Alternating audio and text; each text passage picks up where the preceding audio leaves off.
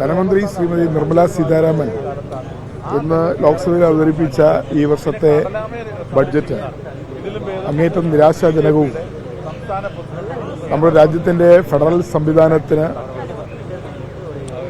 യാതൊരു പരിഗണനയും നൽകാത്ത ഒരു ബഡ്ജറ്റാണ് അവതരിപ്പിച്ചത് എന്ന് പറയേണ്ടി വരും. ഒരുപക്ഷെ നമ്മുടെ രാജ്യം ഇന്നേ വരെ കേട്ടിട്ടില്ലാത്ത നിരാശാജനകമായ ഒരു ബഡ്ജറ്റാണ് ഇത്തവണ ധനമന്ത്രി അവതരിപ്പിച്ചത്. നമ്മൾ കേൾക്കാൻ ആഗ്രഹിച്ച യാതൊന്നും തന്നെ ബഡ്ജറ്റിൽ കേൾക്കാൻ കഴിഞ്ഞില്ല. കൃഷിക്കാരെ പൂർണ്ണമായി മറന്ന ബഡ്ജറ്റ്, സാധാരണക്കാർക്ക് യാതൊരു ആശ്വാസവും പകരാത്ത ബഡ്ജറ്റ്, പട്ടികജാതി പട്ടികവർഗ വിഭാഗങ്ങളെക്കുറിച്ച് ഒരു സെന്റൻസ് പോലും ബഡ്ജറ്റിൽ എവിടെയും പറയാത്ത ആദ്യത്തെ ബഡ്ജറ്റ്. അങ്ങനെ നമ്മുടെ രാജ്യത്തിന്റെ പൊതുവായ താൽപര്യങ്ങൾക്ക് ഗുണകരമല്ലാത്ത ഒരു ബഡ്ജറ്റാണ് ധനമന്ത്രി നിർമ്മല സീതാരാമൻ അവതരിപ്പിച്ചിരിക്കുന്നത്. ഈ ബഡ്ജറ്റ് കൊണ്ട് ഇന്ത്യയിലെ സാധാരണ ജനങ്ങൾക്കോ പാർശ്വവൽക്കരിക്കപ്പെട്ട ജനവിഭാഗങ്ങൾക്കോ കൃഷിക്കാർക്കോ തൊഴിലാളികൾക്കോ യുവാക്കൾക്കോ ഒന്നും ഒരു ഗുണവും ഉണ്ടാകാൻ പോകാത്ത ഒരു ബഡ്ജറ്റാണ് കേന്ദ്ര സർക്കാർ അവതരിപ്പിച്ചത്. കേരളം പോലെയുള്ള തെരഞ്ഞെടുപ്പ് നടക്കാൻ പോകുന്ന സംസ്ഥാനങ്ങളിൽ വാരിക്കോരി ആനുകൂല്യങ്ങൾ നൽകുകയും പദ്ധതികൾ പ്രഖ്യാപിക്കുകയും ചെയ്യുമെന്നാണ് കേരളത്തിലെ BJP നേതാക്കൾ അവകാശപ്പെട്ടിരുന്നത്. എന്നാൽ കേരളത്തിന്റെ സ്വപ്ന പദ്ധതികൾക്കൊന്നും തന്നെ അംഗീകാരം നൽകുവാൻ ഈ ബഡ്ജറ്റിൽ കഴിഞ്ഞിട്ടില്ല. കേരളത്തെ മാത്രം അവഗണിച്ചിരിക്കുന്ന എയിംസ് തെരഞ്ഞെടുപ്പ് നടക്കാൻ പോകുന്ന സംസ്ഥാനമെന്ന നിലയിൽ തെരഞ്ഞെടുപ്പിനെ മുന്നിൽ കണ്ടുകൊണ്ടെങ്കിലും എയിംസ് കേരളത്തിന് ഇത്തവണ പ്രഖ്യാപിക്കും എന്ന് കേരളത്തിലെ ജനങ്ങളാകമാനം പ്രതീക്ഷിച്ചാണ്. പക്ഷേ എയിംസിനെ കുറിച്ച് ഒരക്ഷരം പോലും പറഞ്ഞിട്ടില്ല. അതോടൊപ്പം തന്നെ നമ്മുടെ റെയിൽവേ പ്രോജക്റ്റുകൾ, അങ്കമാലി ശബരി റെയിൽപാതയുടെ നിർമ്മാണത്തെ സംബന്ധിച്ചോ തലശ്ശേരി മൈസൂർ റെയിൽവേ ലൈനെക്കുറിച്ചോ അല്ലെങ്കിൽ Nilambur Nanjangud railway line, Guruvayur Thirunavaya railway line ഉൾപ്പെടെയുള്ള കേരളത്തിന്റെ പ്രധാനപ്പെട്ട റെയിൽവേ പ്രോജക്റ്റുകളെക്കുറിച്ച് ബഡ്ജറ്റ് പ്രസംഗത്തിൽ യാതൊന്നും ധനകാര്യമന്ത്രി പറയുകയോ അല്ലെങ്കിൽ അത് ഉൾപ്പെടുത്തുകയോ ചെയ്തു. മറ്റൊന്ന് ഹൈ സ്പീഡ് റെയിൽവേ ലൈൻ എന്ന് പറഞ്ഞുകൊണ്ട്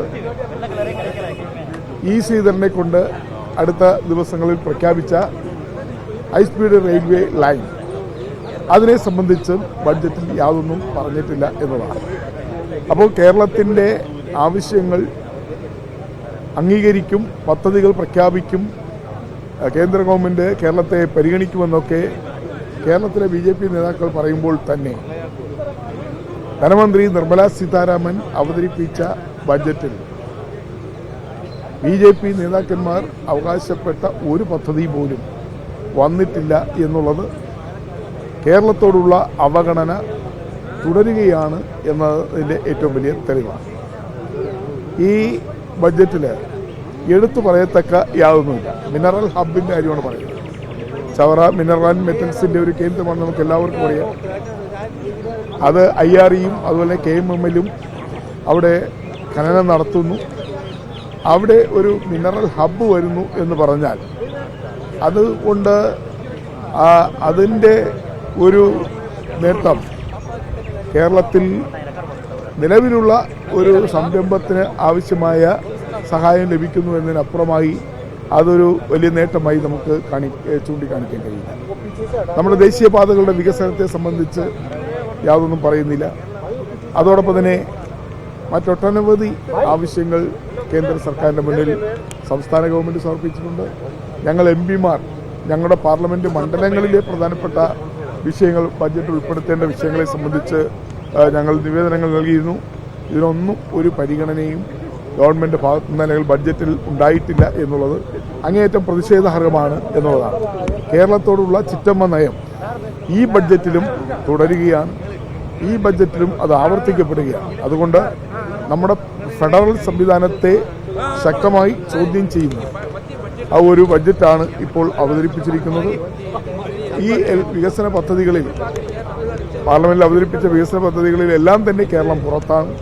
കേരളത്തിൽ ആവശ്യപ്പെട്ട ഒരു പദ്ധതി പോലും നൽകുവാൻ കേന്ദ്ര ഗവൺമെന്റോ ഈ ബഡ്ജറ്റിൽ തയ്യാറായിട്ടില്ല. അതുകൊണ്ട് തന്നെ കേരളത്തിലെ ജനങ്ങളോട് ഒരുപക്ഷെ BJPക്ക് അധികാരം കിട്ടാത്ത ഒരു സംസ്ഥാനം എന്നതിൻ്റെ പേരിൽ കേരളത്തെ അവഗണിക്കുക, കേരളത്തിൻ്റെ ആവശ്യങ്ങൾ പരിഗണിക്കാതിരിക്കുക,